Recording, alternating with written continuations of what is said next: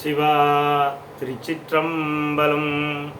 தென்னாருடைய சிவனே போற்றி, எந்நாட்டவர்க்கும் இறைவா போற்றி. மாணிக்க வாசக சாமிகள் திருவடிகள் போற்றி போற்றி. திருவாசகத்திலிருந்து திருச்சதகம் 37வது பாடல்.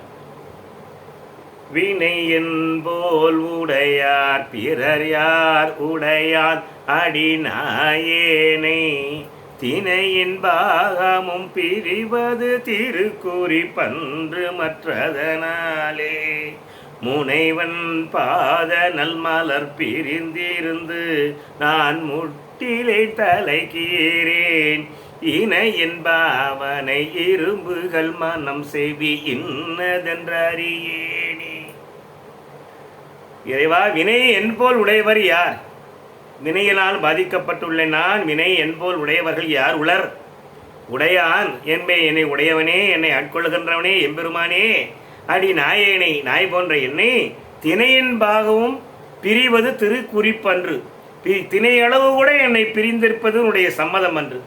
பிரியக்கூடாது என்று எல்லா உயிர்கள் மேலே ஆசையோடு உயிர்களை பிரியாமல் இருக்கின்ற எம்பெருமானே, தினையளவு கூட பிரியக்கூடாது என்று உன்னுடைய சம்மதம். ஆனால் அதன் நான் முனைவன் பாத நன்மலர் பிரிந்து, நானோ உன்னை உன்னுடைய திருவடியை பிரிந்து இருந்தேன்.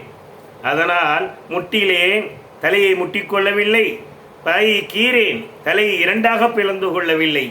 என்னுடைய பாவனை கல் போன்றது, இணையின் பாவனை இரும்பு போன்றதனுடைய பாவனையாகப்பட்டது. கல் மனம், மனமாகப்பட்டது கல் போன்று இருக்கிறது. செவி என்னதென்று தெரியவில்லையே எம்பெருமானே அப்படின்னு வினையை உடையவர்கள் எம்பெருமானை பிரிந்திருப்பார்கள். வினையினால் வினை பிரிந்து தலையை முட்டிக்கொள்ளவில்லை, மோதவில்லை. என்னுடைய பாவங்கள் எல்லாம் கல், இரும்பு கல், மனம் செவி என்னதென்று, செவியாகப்பட்டது என்னதென்று தெரியாமல் இருக்கிறேனே எம்பெருமானே. சிவாய நம. திருச்சிற்றம்பலம்.